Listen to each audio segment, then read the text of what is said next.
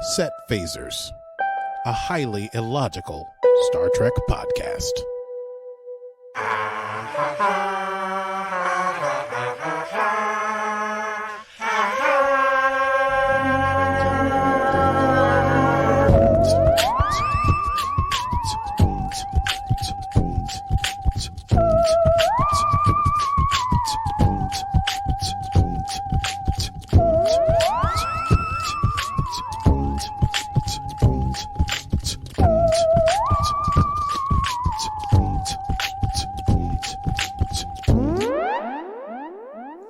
Well, hello, Akiba Mies. Well, hello, Stevie Mans. Hello, dear friend. If we aren't, yes, dear friend. Well, we're back. They said it couldn't be done. They said it shouldn't be done. But once again, I from a hotel in an undisclosed location, and you from your command center in New York, are joining forces to make another episode of this podcast, which is called Set Phasers, a highly illogical Star Trek podcast. Yes, and we are your hosts. Did we do that yes. already? Well, you said we said each other's full names as we sometimes do. It's later in the day than we usually do this, and I'm it's so much tired. later. Yes. Well, nonetheless, here we are. It's Monday, but we're discussing Star Trek Lower Decks Season 3, Episode 3, entitled Mining the Mind's Minds. That's a tongue twister if ever I heard one. Yes. Slow down and say mining the minds, minds. And the start date for our episode is start date 3321912.9. It was a great episode. Had many wonderful references to many wonderful things. Indeed. It was a bit of a mind bender. Had some a little bit of character development for maybe Cerritos as a whole, as opposed to the characters individually. Although anyway, so we'll get to that. But first, we got to get a little Patreon business out of the way. Yes, we have a Patreon. We have a Patreon. Join our Patreon. Join our Patreon. No, we do have a Patreon. Please join our Patreon. We would love to have you there with us. We have watch parties. We have cooking with Aki. We have how to tie a bow tie with Aki. We have lots of things. You can also watch us live streaming on video. You can see Aki dancing as he is right now. And lots more fun things. And that's all the very easy to find place at patreon.com/setphasers. Speaking of, I may have scored a hotel room for one of these days that has a kitchen in it. Oh. I don't know if we can try to get to do we'll discuss this at some other point, but it would be nice to do a cooking with Aki from the road thing for one of these. Indeed. Dear listener, Aki is on the road. He's on the road with his band touring. And yes. I saw him the other night. I saw him perform a sold-out show at Radio City Music Hall. There was no seat left in the audience. No, there was not. And I was delighted to be there. Delighted. And you were wonderful. You were so... genuinely, you were so good. So good. I'm smiling from cheek to cheek, which, honestly, it's impossible not to smile from cheek to cheek because that's how your cheeks work. But I am, nonetheless, smiling from cheek to cheek. Oh, dear. Let's run it down. So much to do in this episode. It's time to run it down. Can you run it down for me? Tell me what just happened. Can you run it? Yeah, you know the deal. It's a planet. It's an outpost, and there are scientists there, and some scientists are checking out some glowing orb. And as he touches it, it reveals his junior high school teacher in a revealing toga, being very sort of come hither and amorous, and asking him about the novel he's writing, where the lead character is him, but he's like a fast car driving bad boy or something. Anyway, he is seduced by this clear this impression, this hologram of some sort of deep-seated love interest in his mind. He goes to touch it and screams as he is turned into stone. And on a cliff above him, as we pull out, we see a man, possibly also made of stone, I don't know, holding a staff with lambent eyes, overlooking happily at this. And so we find out that there was a scientific outpost on the planet of Genghis 4. And yes, there was an issue with the Scrubble people, who are made of stone, I guess, inorganic, and they have these glowing things that make you see your deepest fantasies, and when you touch them, you turn to stone. And so a peace treaty is brokered between the scientists of the outpost and the Scrubble people on Genghis 4 by Captain Murakami of the USS Hood. They take off because they brokered peace, because that's what the big Galaxy class ships do, and the California class ships of the Cerritos and the Carlsbad are left to coordinate the relocation of the outpost and the putting away of these mined mines, and hence we get the tongue twister for the episode. Ransom was putting Mariner under the command of an officer named Stevens to help clear out these mines, and Stevens is sort of like a devotee of Ransom, wants to be Ransom's best friend, and even Ransom is not into how much Stevens seems to underscore how best friends they are.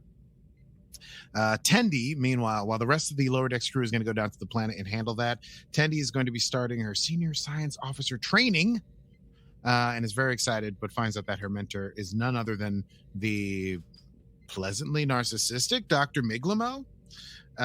So Boimler, Mariner, and Rutherford beam down to the planet with Stevens. The Carlsbad crew is there. They're taking apart the outpost station, and the Cerritos crew is supposed to take care of the mines, and just be careful and don't touch anything that springs to mind, and just collect them all in a tin and take them away. But there's a little bit of a standoff between the Carlsbad crew and the Cerritos crew, because the Carlsbad crew says that the Cerritos crew is known throughout the fleet for screwing around and not taking things seriously, and they don't want to be any part of that. And the lower decks crew wonders if the Cerritos is starting to get a reputation for being a joke. Meanwhile, up on the ship, Dr. Miglamo is completely he's a terrible mentor. He doesn't know anything about training a senior science officer. He has a manual that he has skimmed, that he received from Starfleet, and he gives Tendi her first assignment, which is to go help the captain, who is doing the diplomatic sort of settling of the peace treaty between the Scrubble people and the scientists at the outpost. And he wants Tendi to confront the captain and make sure she stands up for herself. Meanwhile, down on the planet, Cerritos crew is trying to clean up the mines. We get to see what their deep-seated fantasies are. Rutherford dreams of Leah Brahms. I'm sure that will come up in our Easter egg segment. And Mariner sees Jennifer, the Andorian from season 2 or season 1. Well, she's appeared in both, actually. Actually, in both. Yes, voiced by one of my favorite, I believe that's Lauren Lapkus doing the voice of Jennifer. Anyway, they apparently have been making some time together, but it's casual. But that's what Mariner sees. Their fantasy is a very cool, unattached, but willing to hang out Jennifer, the Andorian, who's happy to just be Mariner's, quote, hot Andorian girlfriend. And, of course, Boimler sees a fleet admiral riding up in some sort of motorcycle with a sidecar that needs Boimler to help him with some sort of life-altering, galaxy-altering situation. But so they're doing all that, but Mariner is unhappy about how the Carlsbad crew is thinking of the Cerritos crew, and she wants them to sort of pick up the pace and show up the Carlsbad folks. Meanwhile, Captain Freeman, and the captain of the Carlsbad, a young hotshot captain by the name of Captain Mayer, are trying to conduct these peace talks. And Ransom says, hey, Captain Mayer's on the fast track to Galaxy class. And Mayer is excited to see how the, quote, old school captains do it, he says to Captain Freeman, who is nonplussed by being referred to as old. The Scrubble people and the scientists come in arguing with each other. They are given a token of respect from the Scrubble people, a totem, like a rock, a shaped pyramid. And Freeman tries to give it to Mayer, and Mayer tries to give it back to Freeman, and they fight over it. And that is basically how that whole meeting goes. Meanwhile, the lower deck crew is down, and they're gaining on the Carlsbadders. And Stevens is at first upset that he finds the lower decks crew is kind of being hasty, and they're like dunking the crystals and ignoring the fantasies. And Mariner says, oh, well, the batter said that Ransom is a bad commander and that we're going to be super slow. And so Stevens is like, that could never happen. So he goes ham in defense of Ransom and tries to slam dunk some of these mines into the thing. He knocks a whole container over. They crack open. A bunch of green stuff goes into the air. And instead of showing fantasies, they start showing weird nightmares. And one of the nightmares, a cuckoo clan. I can't say it. Don't ask me. Cuckoo clan.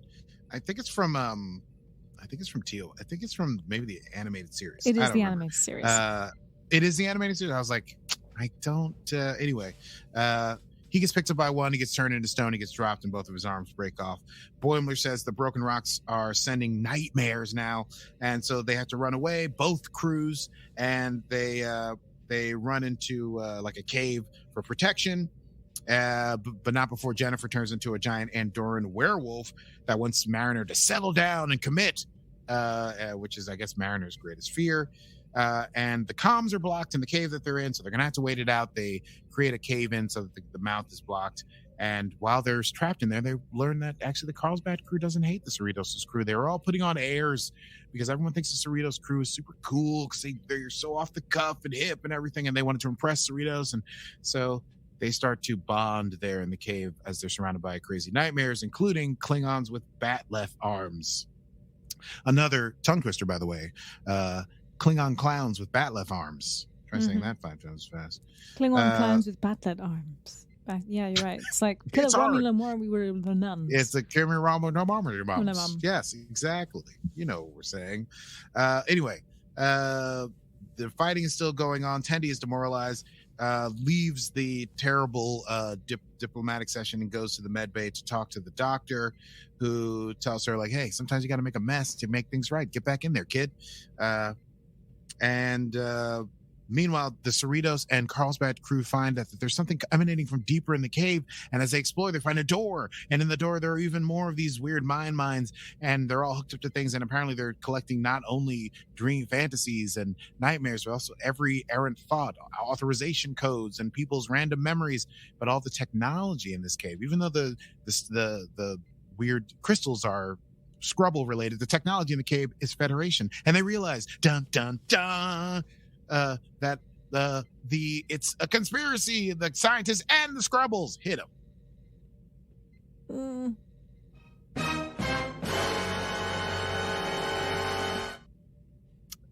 Perfect. And so they have to run, but they make improvised weapons and they run back out and fight the nightmares. Meanwhile, as diplomacy is falling out over the rock, Tendi returns. The lower deckers show up from both ships. Tendi breaks the rock, and she shows them she had gotten readings from them, and inside of it is a spying device. So whichever captain had taken it, didn't matter. Whichever captain had taken it would have been over. The little piece was bugged, so they would have gotten inside information, and that's when this conspiracy between the Scrubble people and the Scrubble people, another tongue twister, and the scientists is revealed.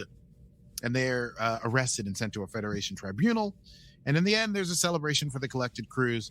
Stevens is still alive. He's got both of his arms in braces. Tendi and Dr. Miglimo are chatting. And Miglimo's like, I'm such a great mentor. And Tendi's like, yeah, sure. And Meyer apologizes to Freeman. I can keep calling Captain Freeman Captain Freedom, which, man, I mean, that sounds like a superhero. For calling her old a bunch of times, and she gives him half a rock, and everyone is getting along together, including both crews of the lower decks. And there endeth the rundown of episode 3 of season 3 of Star Trek Lower Decks, entitled Mining the Mind's Mines. Let's chat about that. I say, darling, let's do a quick chat about that. Yes, let's do. Oh, I don't know. This thing is full of stuff. So full of things. It was an Easter egg of Easter eggs, for one thing. Yes. It was an Easter egg of Easter eggs, from the premise to the execution of the plot. Mm-hmm. Yeah. Delightfully fun. So many B plots, A plots, C plots, D plots. Yeah, obviously I always enjoy getting to see, like, we know that Mariner and Boimler are sort of our main characters, but it's nice to see Tendi sort of getting onto the senior. So they're all sort of like angling for senior positions now. It's nice to see how they're moving up through Starfleet in various ways. And my favorite part of it was Mariner has a girlfriend. Yeah, Mariner has a girlfriend that Mariner is kind of weird about. Which is like the first thing that, Mariner is like so chill and cool about everything, but he's like, oh, we're just hanging out, we're not whatever. And then Mariner's her nightmare is that her girlfriend is like, I want to settle down and stay together forever. And even Boimler says, I think you should go back to therapy. That's like a pretty intense and specific nightmare to have. Makes a lot of sense for Mariner, though. I think they did a very good job of like sort of exploring Mariner's character there. And I do think it makes sense that Mariner and Jennifer would be an item. They antagonize each other in such a way that it made sense. Anyway, I hope we get to see more of that. I wonder if they would have revealed that had it not been an episode about our nightmares and things. I wonder if that would have come up, or if it was just this makes sense, let's do it. Interesting. Yeah, I don't know because it's such a good Star Trek trope, the idea of like the thing that creates your fantasy that's trying to kill you or whatever, it really works. But it's also great because then you get to have this episode where you see everyone's innermost things, and we sort of are not surprised by Boimler's, and Rutherford's is kind of like a fun joke that makes sense. If you wink wink, you get the joke. But Mariner is, I think, a character that we don't normally know the ulterior motives of. She's kind of, what's the word, chimeric, mercurial, I don't know what I'm trying to say. She's like puts forward we don't really know her motivations. Like, why is she chaotic? Why is she follow direct?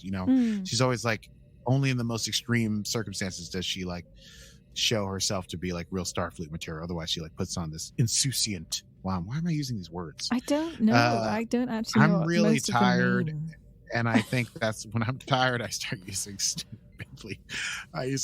bad vocabulary.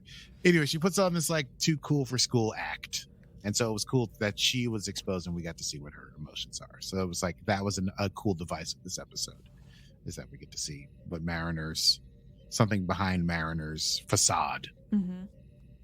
That was my favorite thing. Yeah, I agree with that. I think that was kind of the coolest little thing of the episode, like character wise. Also, Dr. Miglamo is such a wonderful maniac, useless character played by Paul F. Tompkins, if I'm not mistaken. Correct. And is just a terrible mentor. And I forget the actual doctor's name. Oh no. Which doctor? The ship's doctor. The one who like actually mentors Tendi. The cat. Yeah. Oh crap. I had it. The T. 4 seconds. Yeah, Dr. Not Tiana. Tiana. Yes. Yeah, there we go. Yes, yeah, totally. Oh, I don't know why I thought it wasn't. Ta'ana? Yeah. Dr. Yeah, Ta'ana. Dr. Ta'ana. Yeah. Well, I think that's like who Tendi really wants to be her mentor. I think that was kind of a cool throw that they showed that. Anyway, lots of cool stuff, but I think it's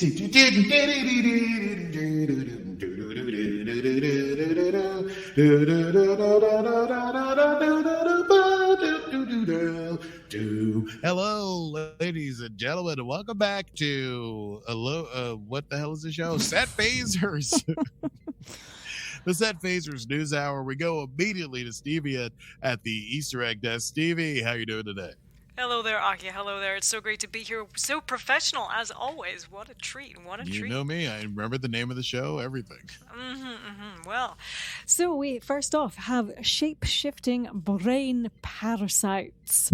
The first iteration, of course, was episode 5 in the original series in 1966, The Man Trap.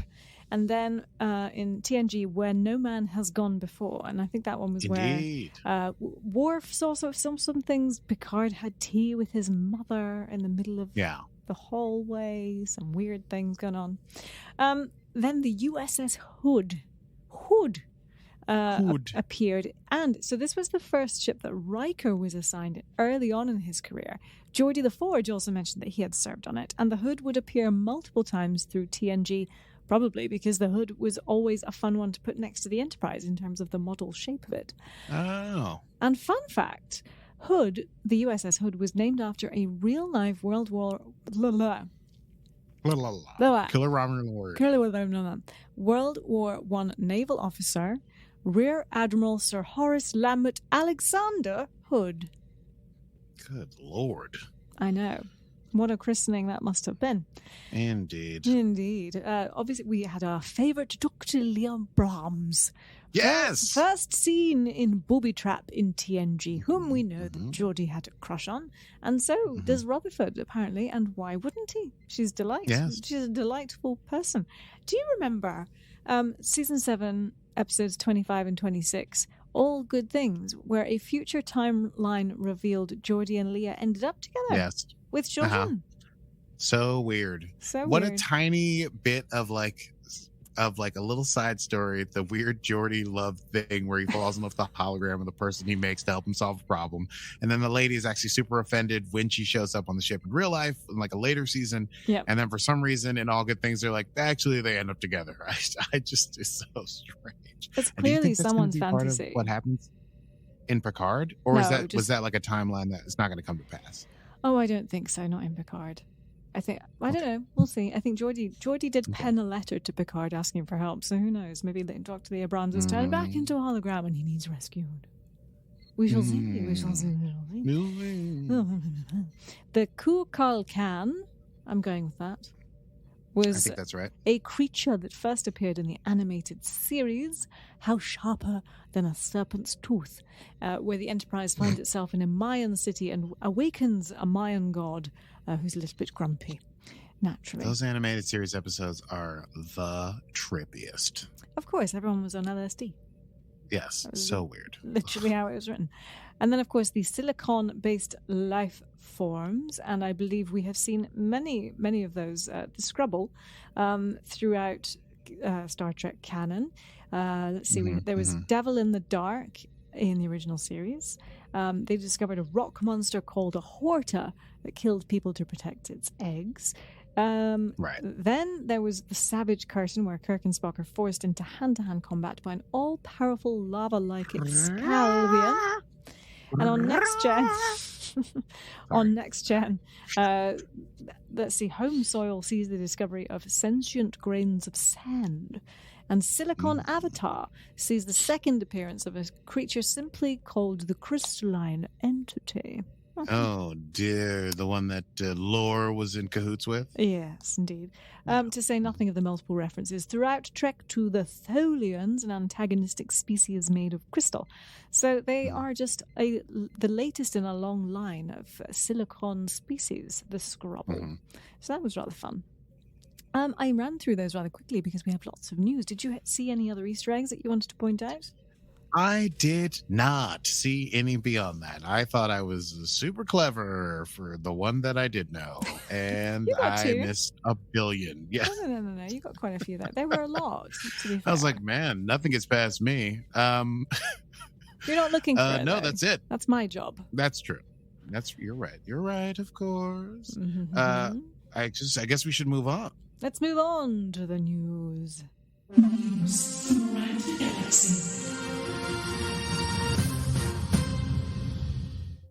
Oh, we love a bit of news. Well, Star Trek, we do. There's so much news to get through because Star Trek Day on September 8th happened the other day. That was a bad intro. Star Trek Day was on September 8th. That was terrible. It happened the other day. Yes, it did. It sure did. It was factual. Paul F. Tompkins and Tony Newsom on hosting duties with a small contingent of fans live in the room with a live DJ who was a bit odd, and quite frankly you could have done a better job. And that's to say that sounds sounds offensive. What I mean by that is you would have rocked it. This guy was a bit weird.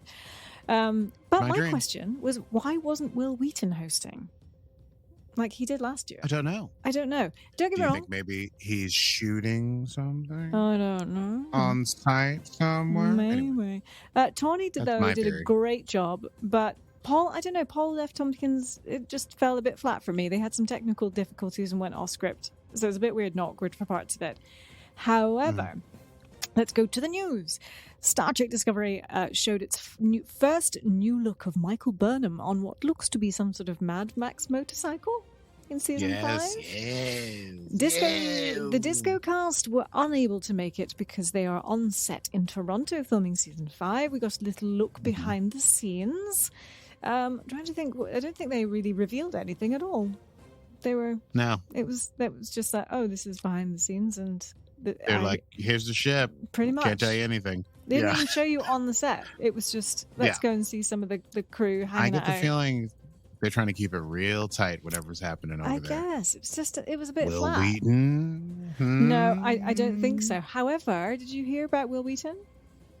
Ah, well, No, here what we go. about Will Wheaton? Will Wheaton. Oh. Will Wheaton is to star in Star Trek Ascension, an online game, as he plays Mira Wesley Crusher, the new Terran Emperor. Whoa. Yeah. Wild. I thought you'd love that because That's it's not nice. fucking Lorca. I love that. I did not know that. I mean, I wish it was Lorca, but it's fine. Mm-hmm. If you are not familiar, this is the free-to-play MMORPG. What the fuck does that stand for? Do you know? You must know. Multimedia Online yes, role-play MMO, game. Online role-playing game. Yeah. Well, something look at like us. that, We're yeah. getting it. That could have been a trivia question and we could have won that one. So the game that launches on September 13th starts on PC and will also come to consoles at a later date. And fun fact, also stars Captain Killy and Admiral Lita. Haha, from DS9. Yes. Star Trek. Excellent.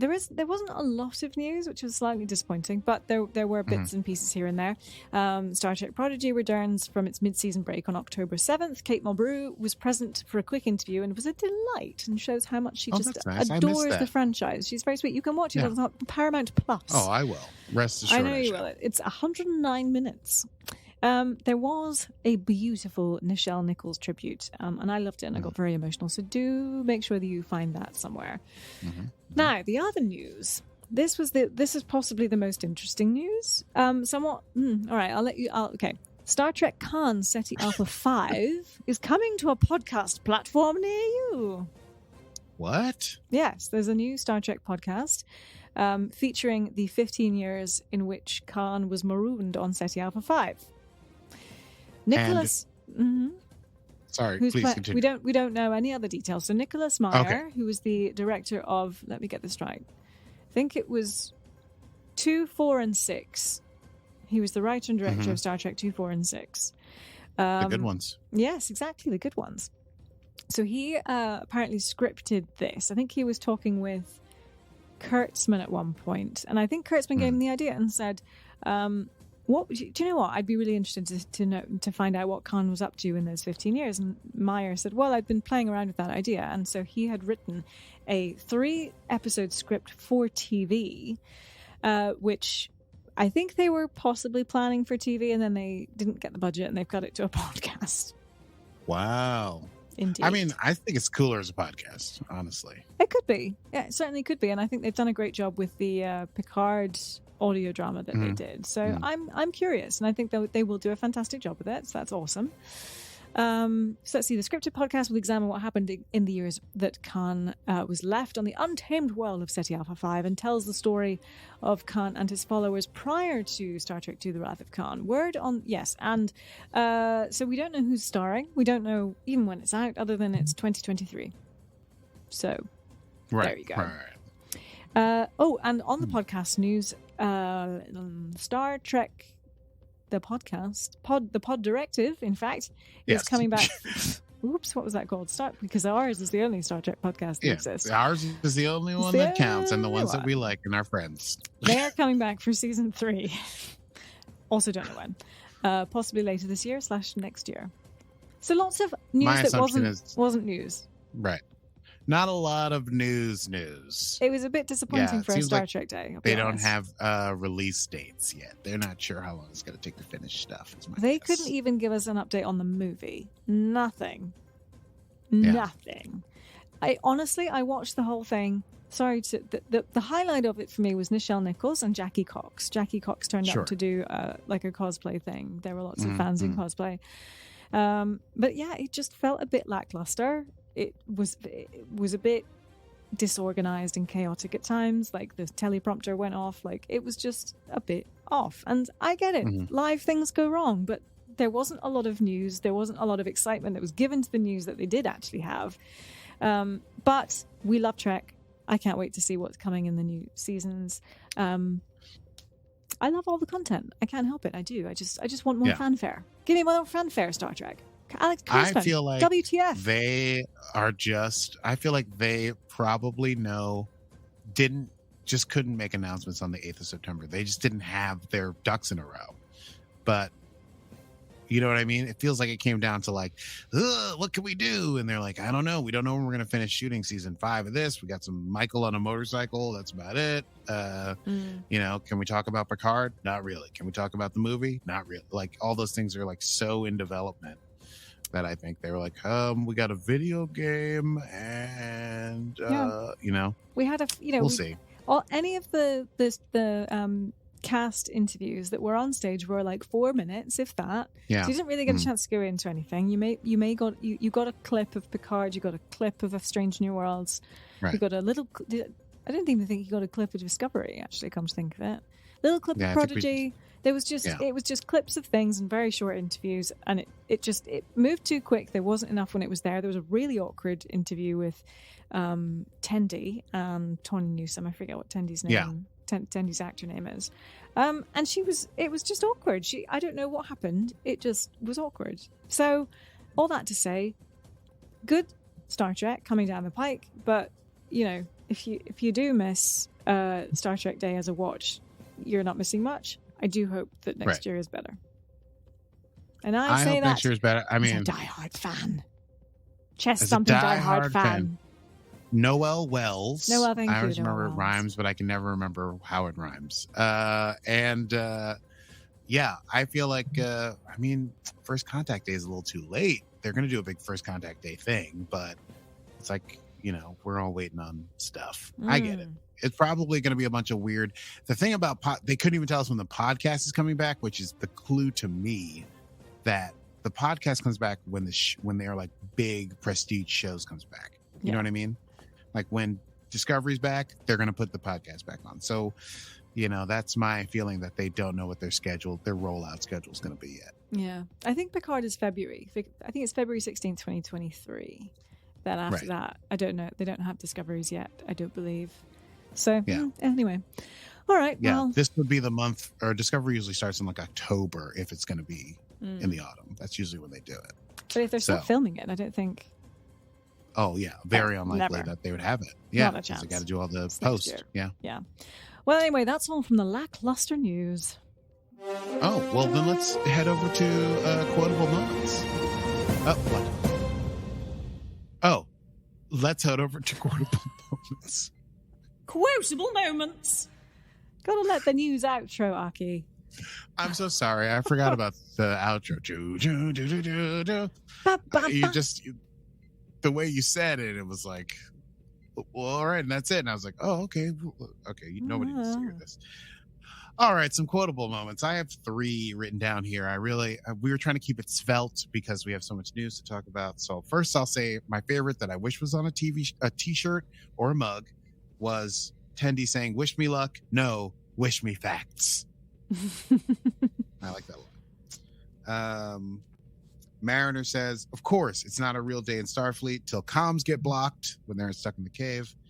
And then perhaps my favorite goes to Dr. Miglamo when he's going through the like thing sent to him about how to be a mentor, and it says Vulcan stuff. I'll tell you what, it would have been logical to find an editor. Yes, I did like that. That was very, very funny. Those are all, yes, indeed. That's all I've got for quotable moments. Oh, shall we move on? Yeah, to next time. Next time on Set Phasers. All right. Well, next time on Star Trek. Oh my God. I apologize. Next time on Set Phasers, we'll be talking about season 3, episode 4 of Star Trek Lower Decks, entitled, according to my Google search, Room for Growth. Who knows what that means? Probably something ridiculous. I feel like we're growing out of shoes. Into new shoes. You don't think maybe there's like some entity that's gonna like keep growing through the ship until it like maybe could blow up? Or Yeah, something, all right. That's a literal thing. Blob. I don't know. Lovely. But then also maybe there'll be some other thing like people are growing. Maybe it'll be something with Mariner and Jennifer. I don't know. So yes, we'll be talking about that. Until then, if you've enjoyed the episode, do find back episodes of our podcasts. You can find them wherever you find podcasts. I won't name the apps, but they're there. And we've covered every episode of the new Star Trek franchises from Discovery right on down to Lower Decks. So do check that out. Indeed, and you can find us on socials. We are at Set Phasers and at Set Phasers Podcast on the Instagram and Facebook, respectively.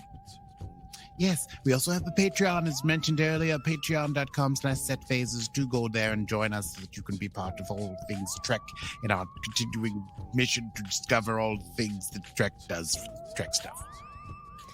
Well, until next time, I am Stevie Mans. And we're the best of friends and we share a sacred bond. And this has been Set Phasers, a highly illogical Star Trek podcast. Computer. End program.